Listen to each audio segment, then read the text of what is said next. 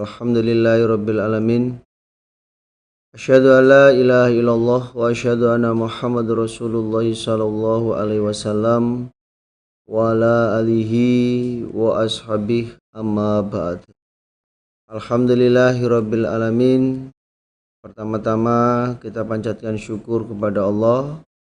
Pada kesempatan kali ini kita oleh Allah masih diberikan kekuatan, kesehatan, kewarasan, kelonggaran, lebih-lebih kita hidup sekali di dunia ini oleh Allah diberi petunjuk, diberi jalan untuk menuju ridhonya Allah, surganya Allah, yaitu dengan cara Allah memberikan hidayah berupa Quran hadis yang berbentuk jamaah.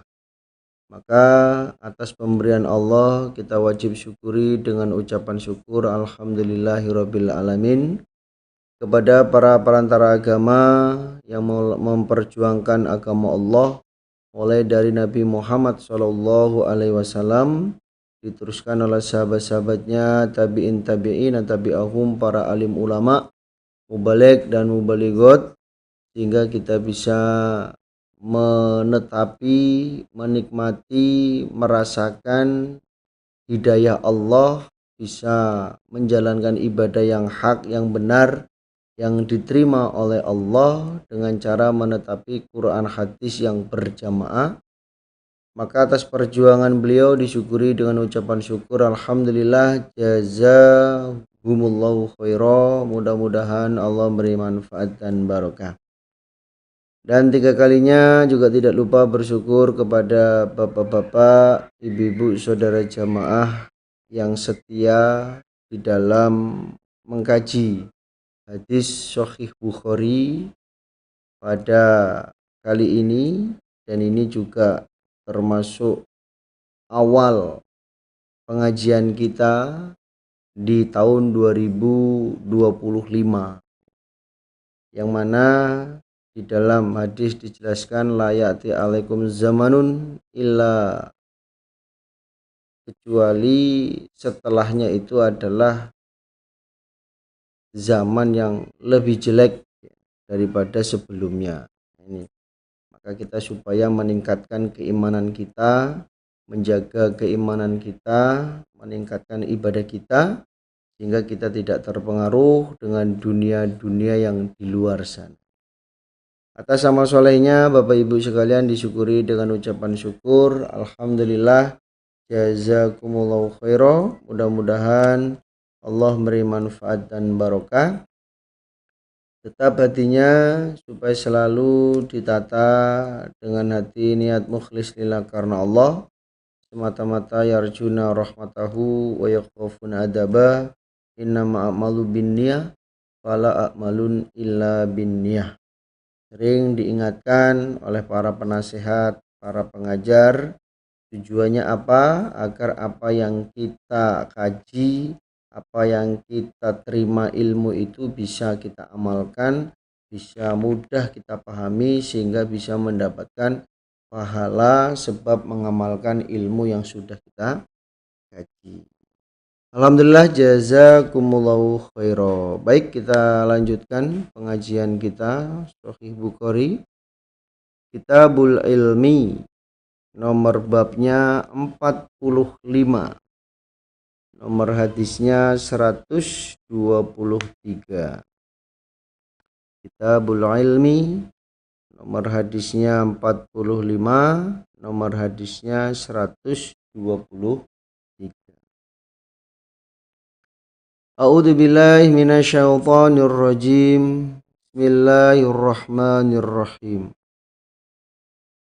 Babu man, babnya orang, sa'ala yang bertanya siapa orang, wa huwa dan orang, iku qaimun orang yang berdiri,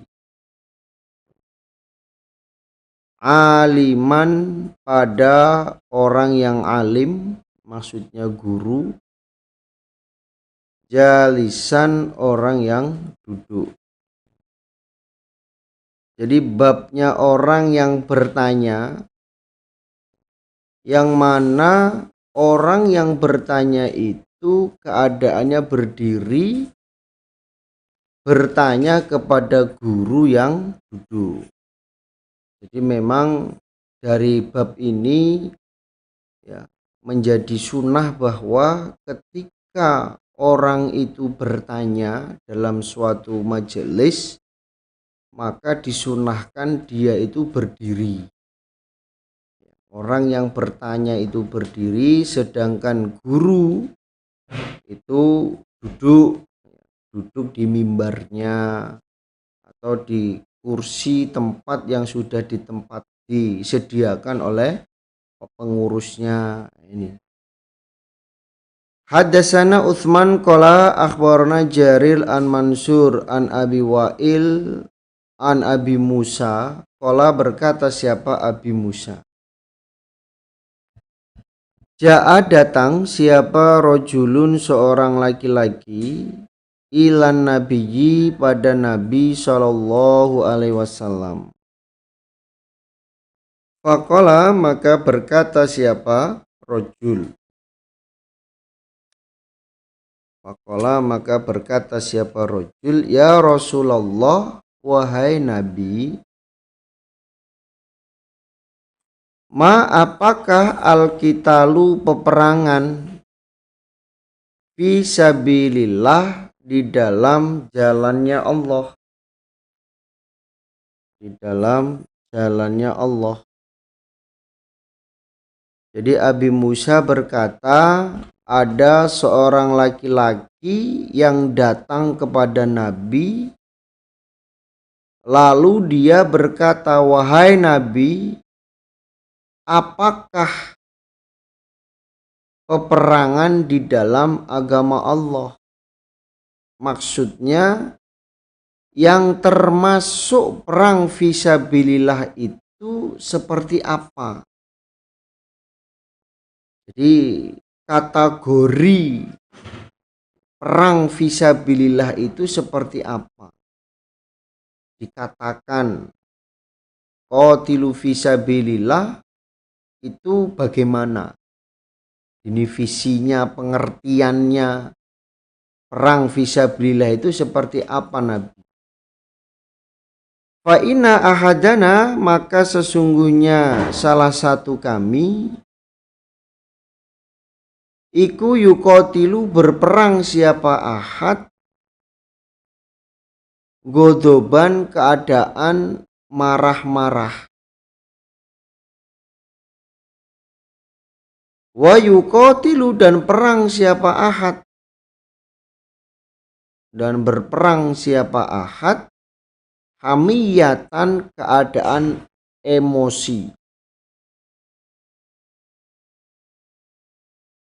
Hamiyatan keadaan emosi. Farofa maka mengangkat siapa Nabi ilaihi pada rojul roksahu pada kepalanya Nabi. Roksahu pada kepalanya Nabi.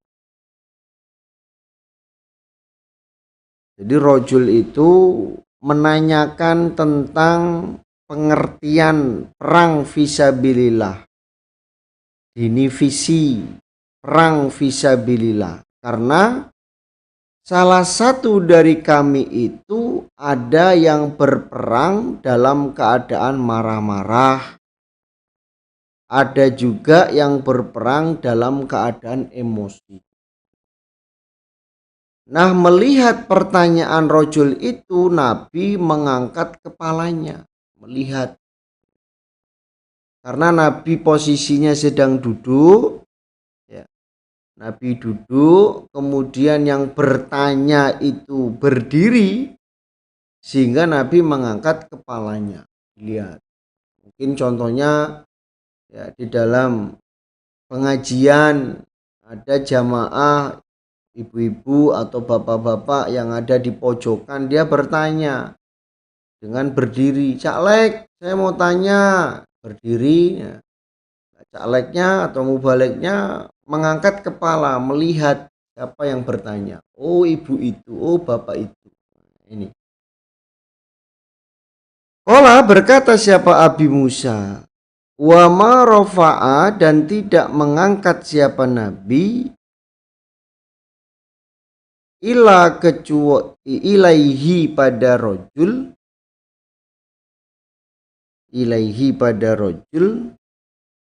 roksahu pada kepalanya Nabi ila kecuali annahu sesungguhnya rojul karena ada siapa rojul iku ko iman orang yang berdiri. Lalu Abi Musa juga menjelaskan kenapa Nabi mengangkat kepalanya kepada rojul, maksudnya melihat kepada rojul yang bertanya, karena rojul yang bertanya itu bertanyanya dalam keadaan berdiri. Dia bertanya dalam keadaan berdiri. Nabi duduk, gitu. Kemudian rojul itu berdiri dan bertanya, sehingga Nabi melihat kepada orang yang bertanya. Nah, itu.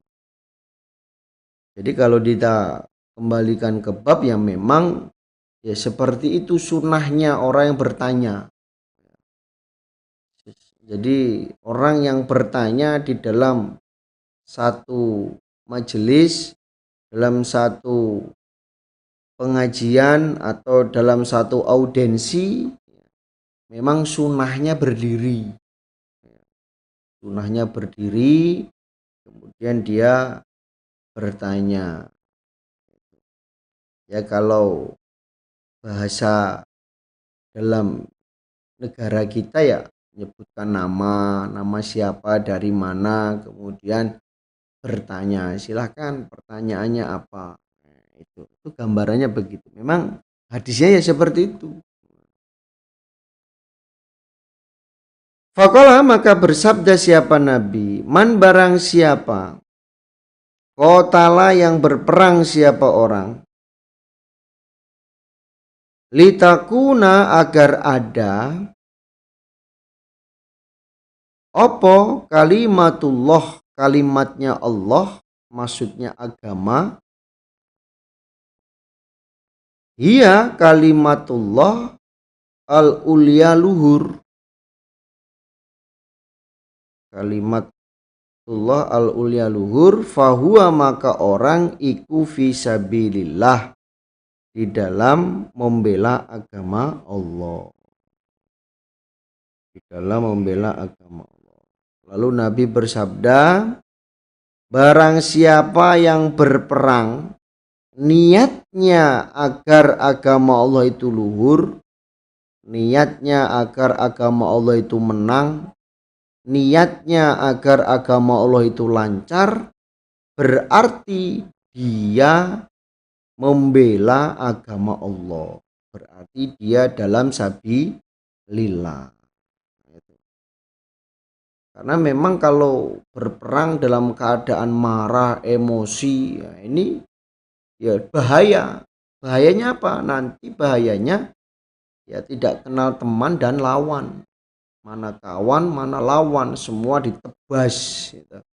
Karena perang dalam keadaan emosi atau dalam keadaan marah-marah.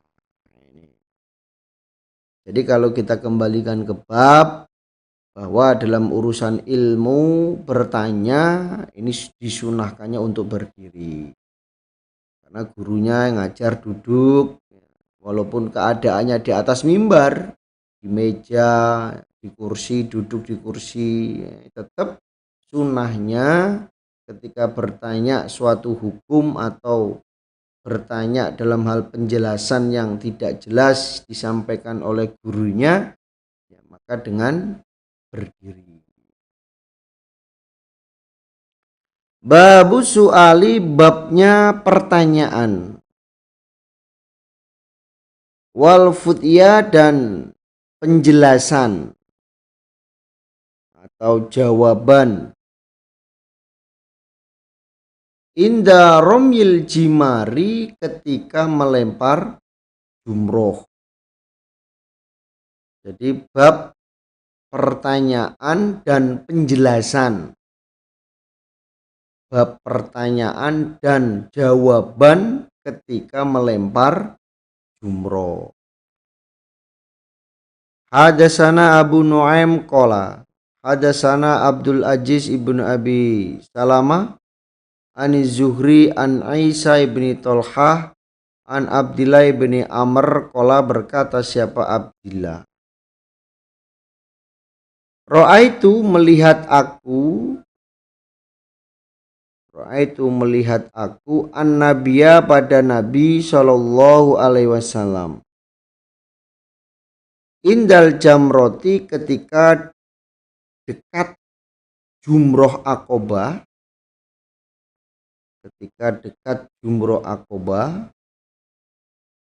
Wahuwa, dan Nabi iku yus'alu, ditanya siapa Nabi.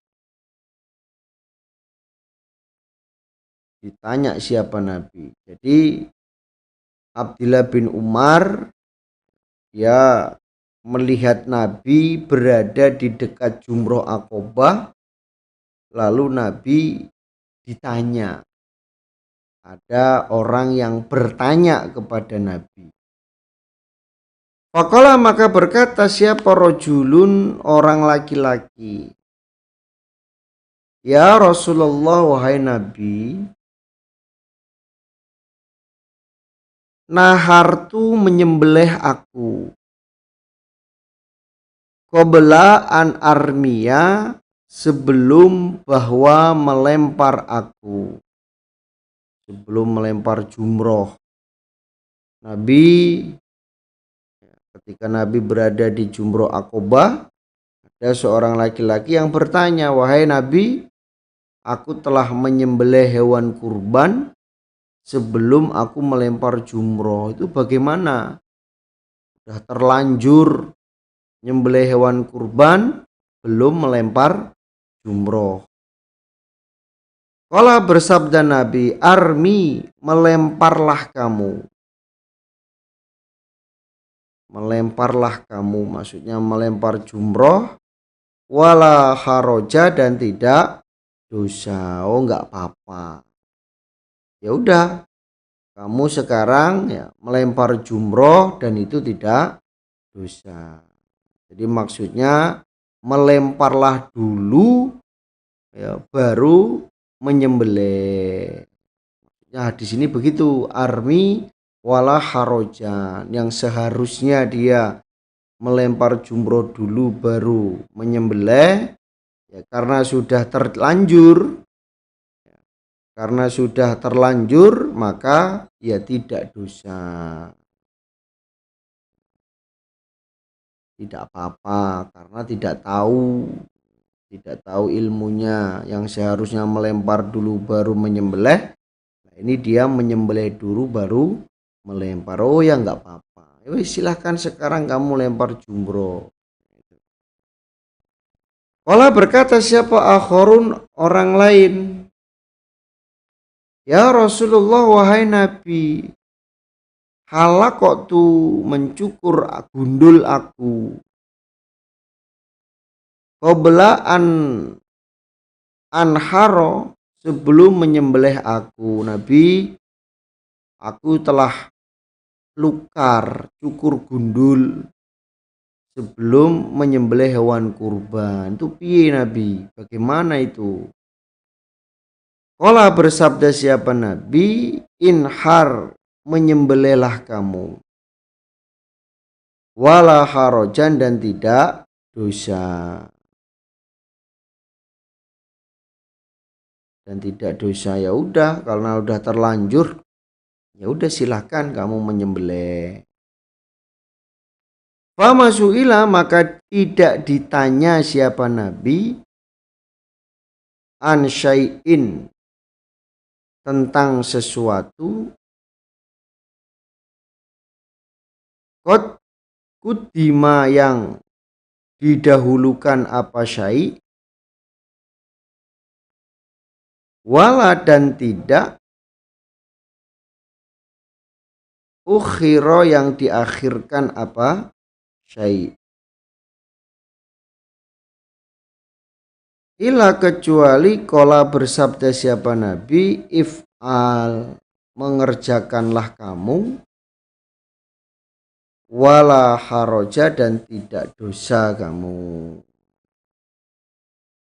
Jadi Nabi tidak ditanya sesuatu yang didahulukan, maksudnya sudah dikerjakan, dan yang diakhirkan belum dikerjakan, kecuali Nabi menjawabnya kerjakanlah, if'al. Mau pekerjaan itu dikerjakan, mau pekerjaan itu dikerjakan sebelum waktunya atau dikerjakan setelah waktunya, Nabi tetap jawabannya if'al wala haroja. Nabi menjawabnya kerjakanlah dan tidak dosa. Yang seharusnya dikerjakan di depan malah dikerjakan di belakang. Atau sebaliknya, yang harusnya dikerjakan di belakang tapi dikerjakannya di depan. Tetap Nabi menjawabnya if'al wala harojan. Itu yang dimaksud fama su'ila an syai'in qaddima wala akhor. Jadi kalau kita kembalikan ke bab ya, kondisi dalam keadaan berada di dekat jumroh, hendak untuk melempar jumroh, bertanya itu ya boleh. Bertanya boleh. Ya contohnya mungkin ketika mau ngaji, mubaliknya mau naik, kemudian ada jamaah yang datengin mubaliknya kemudian bertanya, mas aku masih bingung nih, hukumnya bagaimana ini? Nah, itu boleh. Babun bab qaulillah, firmannya Allah Ta'ala yang maha luhur. Wama utitum dan tidak diberi kalian minal ilmi dari ilmu illa kecuali qalilan sedikit. Bab ini akan membahas tentang firman Allah yang ada di dalam surat Al-Isra ayat 85. Kalian tidak diberi ilmu kecuali ilmu yang sedikit. Haddatsana Qais ibnu Hafs qala haddatsana Abdul Wahid qala haddatsana A'mas rupani Sulaiman ibnu Mihron an Ibrahim an Alqamah an Abdillah qala berkata siapa Abdillah. Baina ana suatu ketika anak aku Abdillah amshi berjalan aku ma'an Nabi bersama Nabi Shallallahu alaihi wasallam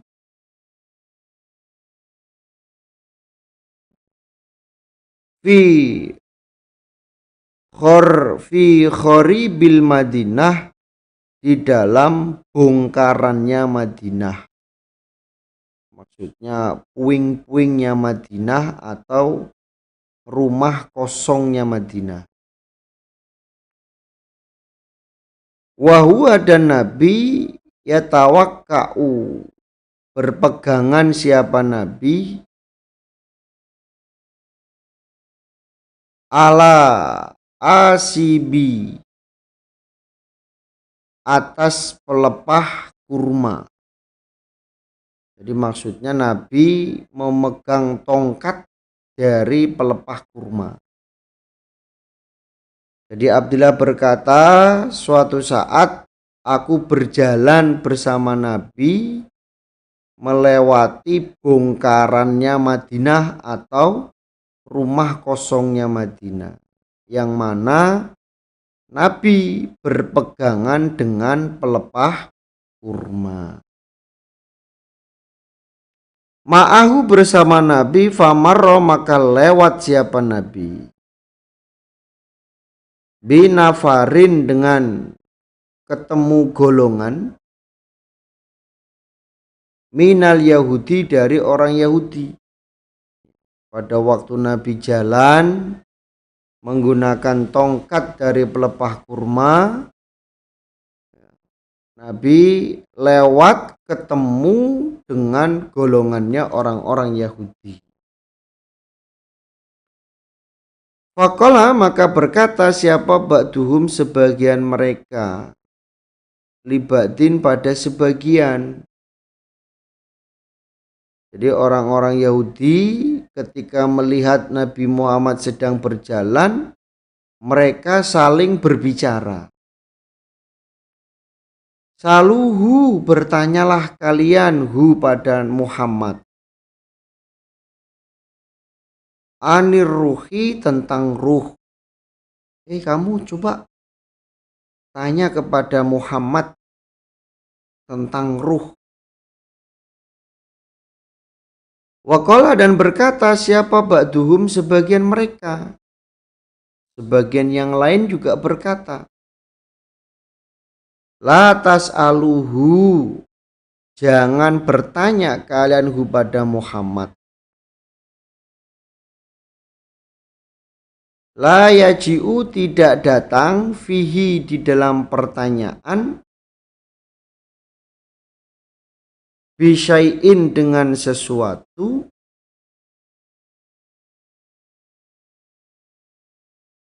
takrohunahu yang benci kalian hu pada sesuatu.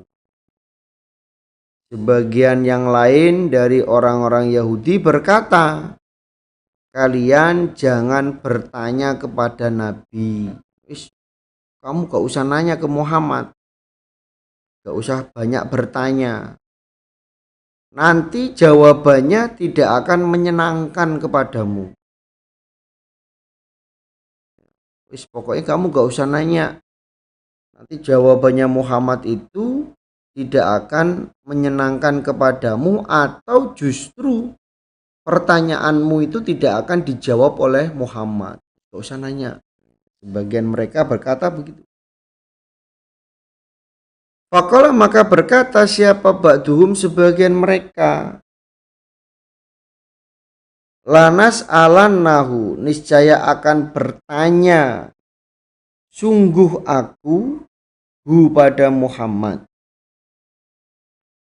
Niscaya akan bertanya sungguh aku hu pada Muhammad.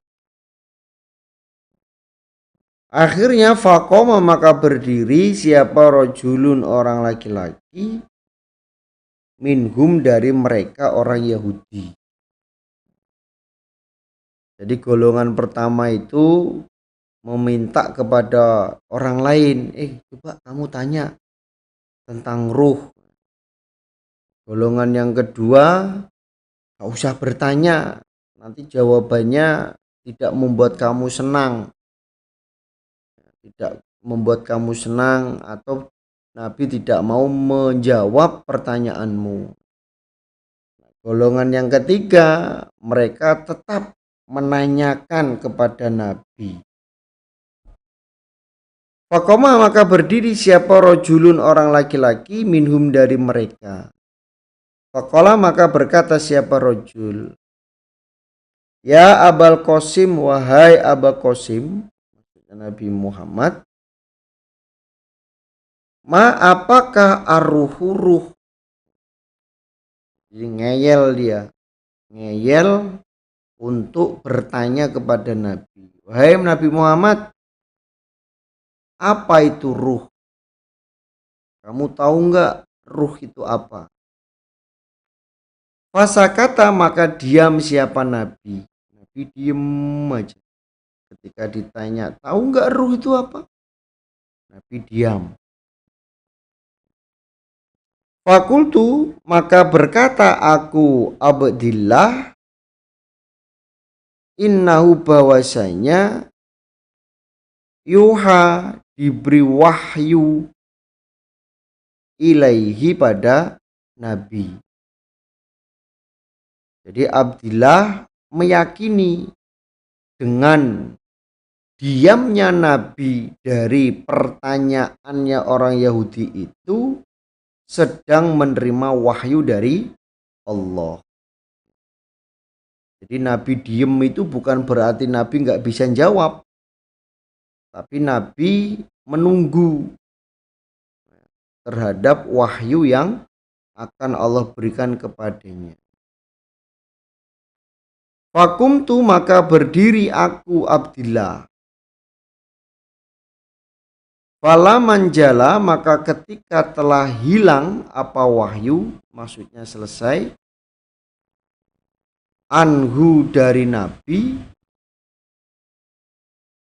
qala bersabda siapa Nabi.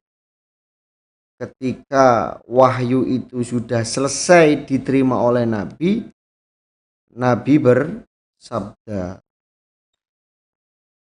wa yas'alunaka, dan bertanya mereka Muhammad, dan bertanya mereka kepadamu Muhammad, anir ruhi, tentang ruh. Kul, katakanlah Muhammad, ar-ruhu, adapun ruh, iku min amri Robbi, dari perkara Tuhanku.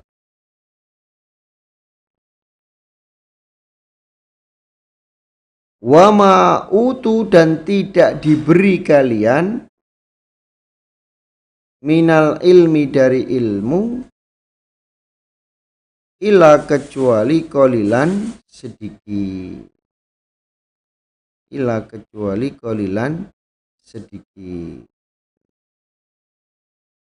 Lalu Nabi menjawab terhadap pertanyaan orang-orang Yahudi. Jawabannya, diberi wahyu oleh Allah, wahai Muhammad, orang-orang Yahudi bertanya kepadamu tentang ruh. Jawablah bahwa ruh itu merupakan perkaranya Allah. Ruh itu merupakan perkaranya Allah, karena ilmu yang diberikan kepada kalian sedikit, sehingga kalian tidak tahu tentang ruh. Kalian nggak tahu tentang ruh, karena memang ilmu itu ya yang diberikan oleh Allah kepada kalian sedikit, sehingga tidak tahu. Jadi memang kalau kita ambil hadis ini, ya toh, orang Yahudi dengan bertanya kepada Nabi tentang ruh itu sebetulnya mereka ngetes. Sebetulnya mereka itu menguji kepada Nabi. Kalau Nabi itu mengetahui ruh, tentang ruh, berarti Nabi Muhammad itu bukan seorang rasul. Ya.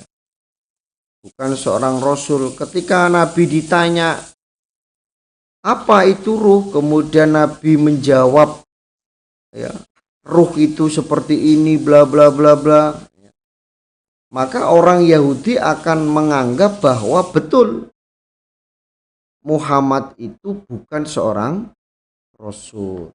Makanya Nabi diam. Ketika ditanya apa itu ruh, Nabi diam. Lalu Nabi membacakan ayat Allah, membacakan wahyu yang diturunkan oleh Allah bahwa ruh itu adalah merupakan perkaranya Allah. Orang-orang Yahudi itu mengakui bahwa Nabi Muhammad itu adalah seorang nabi, seorang rasul. Itu. Jadi tujuannya orang Yahudi bertanya kepada Nabi Muhammad itu tujuannya untuk ngetes seberapa banyak kemampuannya Nabi.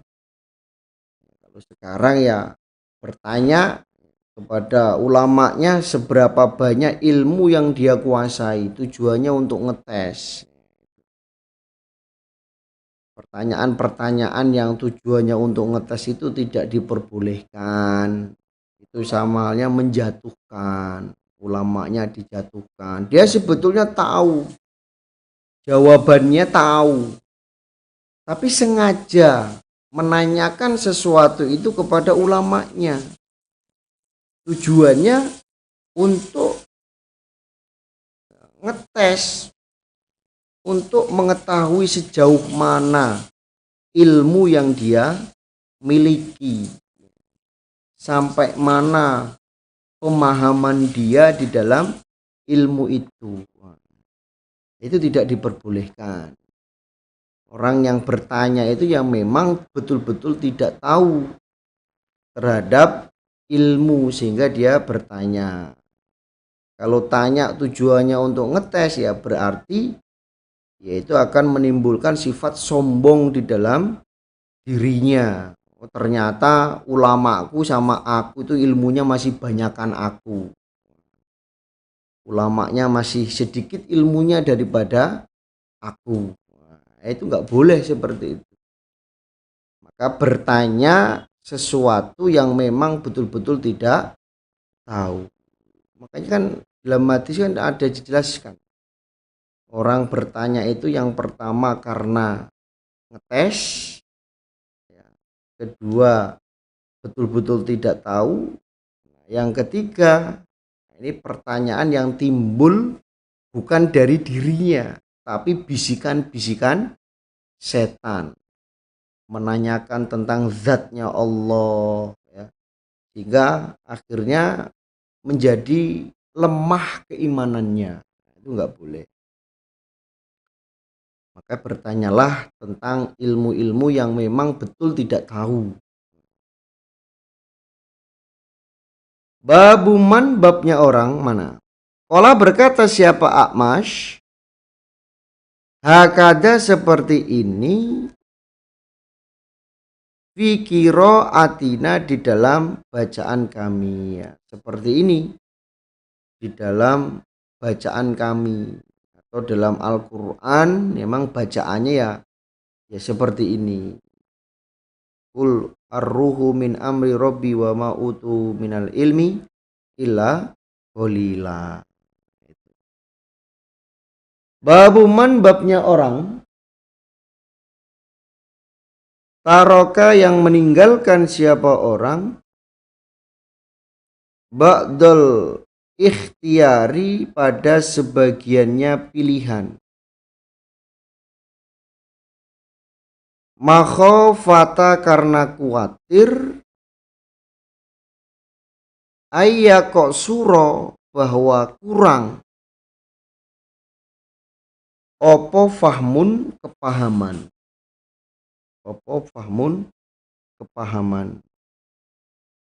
ba'din nasi sebagian manusia,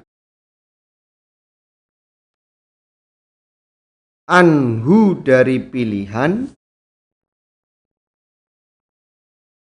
fayako'u maka jatuh mereka, fi asyadda di dalam yang lebih berat, minhu dari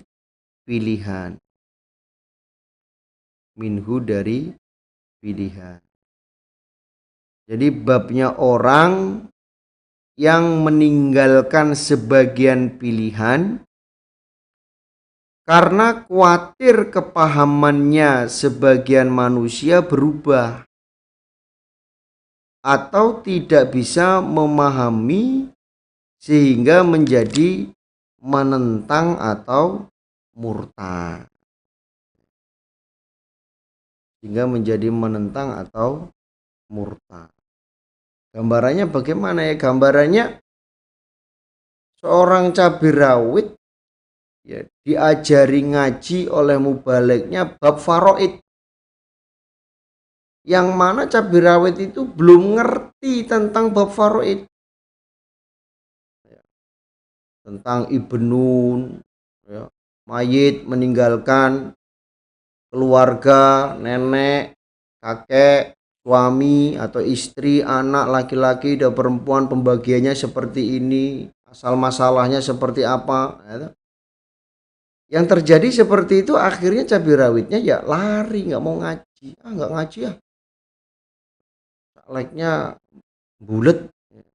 Kayak gitu. Jadi maksudnya seperti itu. Jadi mengaji ya sesuai dengan kemampuannya. Sesuai dengan kemampuannya. Hadatsana Ubaidullah bin Musa an Israil an Abi Ishaq anil Aswad. Qala berkata siapa Aswad? Qala berkata li kepadaku siapa Ibnu Zubair. Kanat ada siapa Aisyah tu Aisyah. Tusiru membisiki siapa Aisyah ilaika padamu Aswad kasiron yang banyak. Maksudnya kamu kan banyak mendengarkan hadis-hadis dari Aisyah. Fama maka apakah hadasatka yang bercerita siapa Aisyah kepadamu fil Ka'bati di dalam Ka'bah. Dalam Ka'bah. Jadi Ibnu Zubair berkata kepada Aswad bahwa Aswad ini termasuk orang yang banyak menerima hadis dari Aisyah. Maka apa yang diceritakan oleh Aisyah kepadamu tentang Ka'bah? Apa yang diceritakan oleh Aisyah kepadamu tentang Ka'bah? Ka'bah itu bagaimana dalamnya? Isinya apa saja contohnya? Qultu berkata aku Aswad. Qolat berkata siapa Aisyah? Li padaku Aswad. Qala bersabda siapa an-Nabi sallallahu alaihi wasallam. Ya Aisyah tuhai Aisyah. Laula kaumuki seandainya tidak ada kaummu. Iku hadisun baru. Opo ahduhum janji mereka. Maksudnya baru masuk Islam. Qala berkata siapa Ibnu Zubair. Bikufrihin dengan kekufuran. Bikufrihin dengan kekufuran. Lanak kotu niscaya merusak aku atau membongkar akunya Nabi al-Ka'bata pada Ka'bah. Faja'altu maka menjadikan aku Nabi laha pada Ka'bah babaini dua pintu. Babun satu pintu yadkhulu masuk siapa annasu manusia. Wababun dan satu pintu yakhrujuna keluar mereka.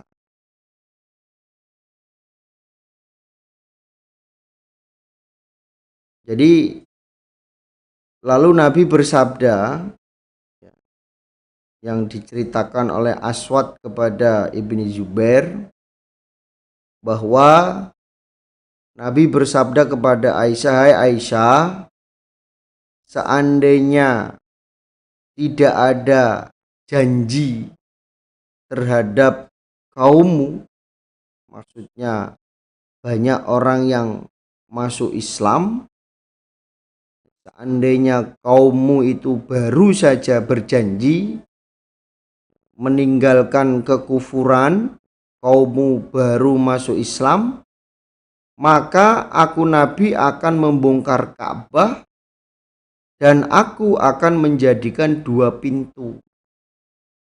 1 pintu untuk masuk dan 1 pintu untuk keluar dari Ka'bah.